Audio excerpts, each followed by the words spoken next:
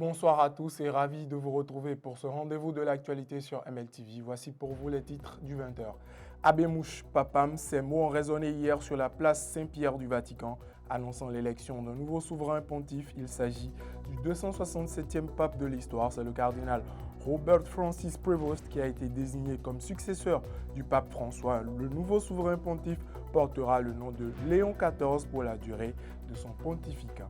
Dans ce journal, nous reviendrons également sur l'ouverture de la première édition du Salon du livre de journalistes du Bénin. Plusieurs communications ont meublé cette journée d'ouverture, parmi lesquelles celle intitulée « Auteurs et écrivains, les spécificités qui les distinguent ». À suivre les explications du docteur Pascal Zantou, il est l'un des animateurs de cette communication.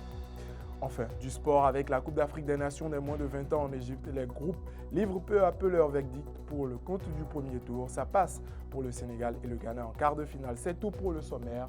Restez avec nous pour le développement.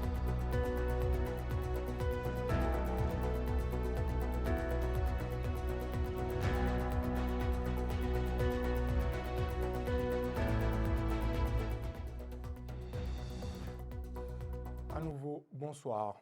Je vous l'ai annoncé en titre, Abbé Mouche Papam, ces mots ont été prononcés hier sur la place Saint-Pierre du Vatican, annonçant l'élection d'un nouveau souverain pontife. Le cardinal Robert Francis Prevost, 69 ans, a été élu pape, succédant ainsi à François. Il a choisi le nom de pape Léon XIV, marquant ainsi une nouvelle étape historique pour l'Église catholique. Juste après l'annonce de son élection, il est apparu devant une foule massée devant la chapelle et a prononcé ses premiers mots. Retour en image sur cette apparition avec Karmash Eke.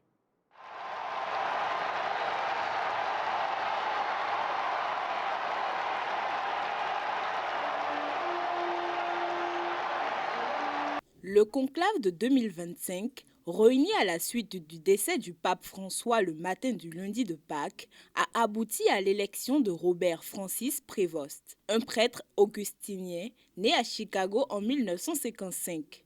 À 69 ans, il devient le premier pape américain et péruvien de l'histoire de l'Église catholique. Ancien missionnaire au Pérou, il a occupé des fonctions importantes au sein du Vatican, notamment en tant que préfet du dicaster pour les évêques. L'élection a été marquée par la fumée blanche s'échappant de la cheminée de la chapelle Sixtine, signalant le consensus des 133 cardinaux électeurs. Le cardinal Dominique Momberti a annoncé la nouvelle depuis le balcon de la basilique Saint-Pierre, proclamant Habemus Papam Robertum Francisi Prevost Quisibi Nomen Impossiut Leonem XIV. Dans son discours inaugural, le pape Léon XIV a exprimé son engagement à poursuivre l'œuvre de son prédécesseur, le pape François, en mettant l'accent sur la justice sociale, l'accueil des marginalisés et le dialogue interreligieux. Il a également souligné l'importance de l'unité au sein de l'Église catholique. La nomination de Léon XIV a suscité des réactions positives à l'échelle mondiale. Cependant, des voix critiques se sont élevées concernant sa gestion passée des affaires liées aux abus au sein de l'Église. Son pontificat s'annonce sous le signe de la réforme, de l'inclusion et du renouveau spirituel. Et puis justement, après son élection hier, le nouveau pape Léon XIV a célébré ce matin sa première messe en tant qu'évêque de Rome, une cérémonie solennelle au cours de laquelle il a prononcé son homélie inaugurale très attendue dans laquelle il a posé les premières pierres de son pontificat, un moment qui restera gravé dans l'histoire de l'Église catholique. Le ton est donné dans cet élément réalisé par Kamash Eke. Patris et Filii et Spiritus Sancti. C'est une nouvelle page qui s'écrit pour l'Église catholique. Ce matin, au cœur de la basilique Saint-Pierre, le pape Léon XIV a prononcé sa première homélie depuis son élection hier. Dans un geste d'ouverture, le nouveau pontife a brièvement salué les fidèles en anglais avant de poursuivre en italien. Autour du passage de l'Évangile selon saint Matthieu, « Tu es Pierre et sur cette pierre je bâtirai mon église », Léon XIV a rappelé que Dieu s'était révélé aux hommes dans les traits d'un enfant, d'un adolescent, d'un homme mûr. Une manière de souligner l'accessibilité du message chrétien.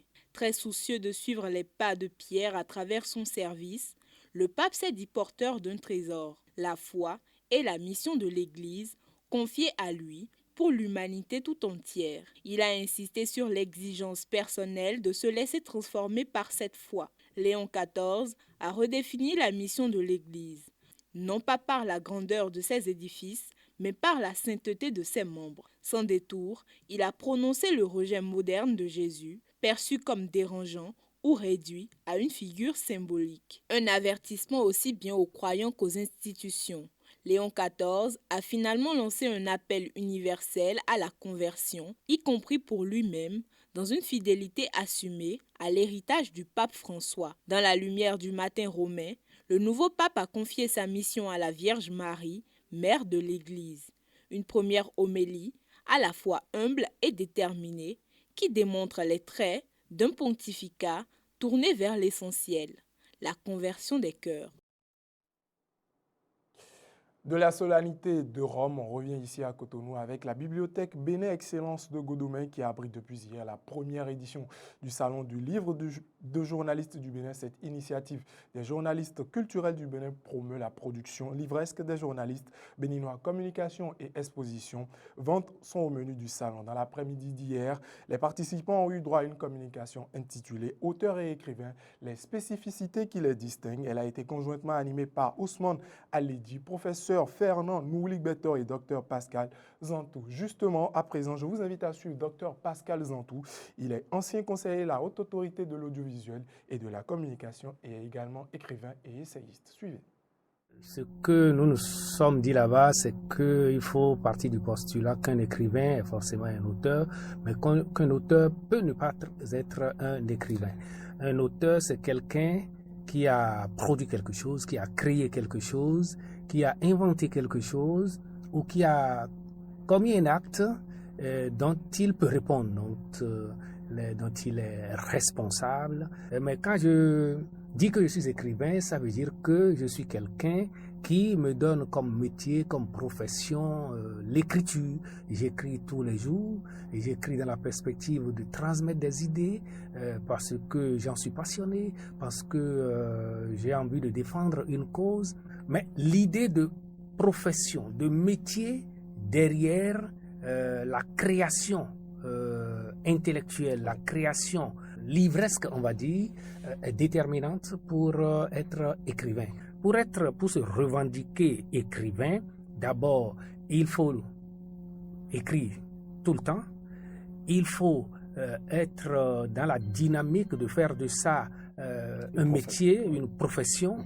Et il faut surtout être décidé à partager des idées, des convictions, des passions que l'on a, défendre des causes données et que cette élaboration soit une longue et précieuse élaboration qui puisse être publiée sous forme d'ouvrage. Et puis changeons à présent de sujet dans cette édition. La loi numéro 2017-09 du 29 août 2017, voilà, pierre angulaire de la régulation du marché du travail béninois, continue de susciter de vives réactions. Adoptée par le Parlement, elle n'a pas apaisé toutes les préoccupations, loin de là. Les récentes manifestations des travailleurs lors de la Fête internationale du travail en sont une preuve éloquente, avec des voix s'élevant pour réclamer une réévaluation profonde de ce texte. Parmi elles, celle de Mauriac Arwangassi, chercheur en sciences de gestion à la prestigieuse Université de Rennes en France, dont l'appel à une relecture résonne avec acuité particulière. Suivez plutôt. Au Bénin, on peut avoir maintenant des CDD à volonté de façon illimitée, ce qui n'était pas le cas auparavant.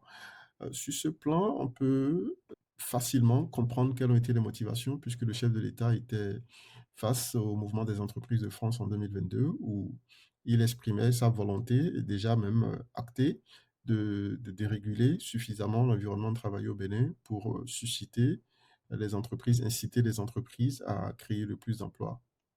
Donc, sur ce plan, oui, il y a des chances que cela crée des emplois, mais lorsqu'on rentre un peu dans le fond, quel type d'emploi créons-nous? La réponse est nette, c'est des emplois très précaires, parce qu'avec les CDD, il n'y a pas beaucoup de possibilités d'obtenir des crédits, par exemple, et de lancer des projets, ce qui est très limitatif. De façon générale, qu'est-ce que recherche l'employé? L'employé recherche aujourd'hui de la stabilité, il veut pouvoir être en sécurité dans son emploi, il veut avoir la possibilité de faire des crédits pour pouvoir réaliser des projets, il est nécessaire de la relire parce que une chose est de créer des emplois et de satisfaire le besoin de statistiques, cher à tous les régimes, à tous les gouvernements qui ont besoin de prouver qu'ils ont quand même fait des choses. Mais la chose la plus importante, c'est de pouvoir mettre l'humain au centre des décisions. Et l'humain aujourd'hui, ce qu'il veut, c'est de la stabilité. En tout cas, l'humain béninois,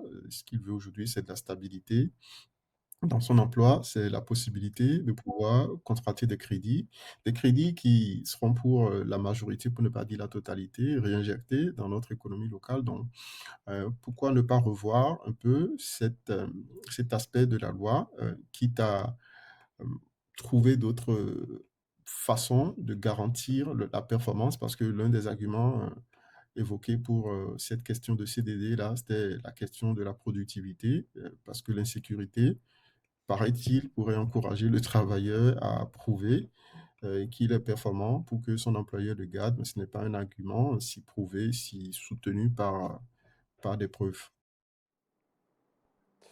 Une eau de sport avant de refermer cette édition. Hier, les Lionceaux de la Teranga et les Black Satellites du Ghana ont décroché leur ticket pour les quarts de finale de la Coupe du Monde des moins de 20 ans qui se déroule en Égypte. Respectivement, au terme de leur victoire décrochée face à la RD Congo et la Centrafrique, les deux équipes poursuivent leur parcours dans la compétition. Retour en images sur les grands faits marquants de ces deux matchs dans ce récit de Karamash et Ké.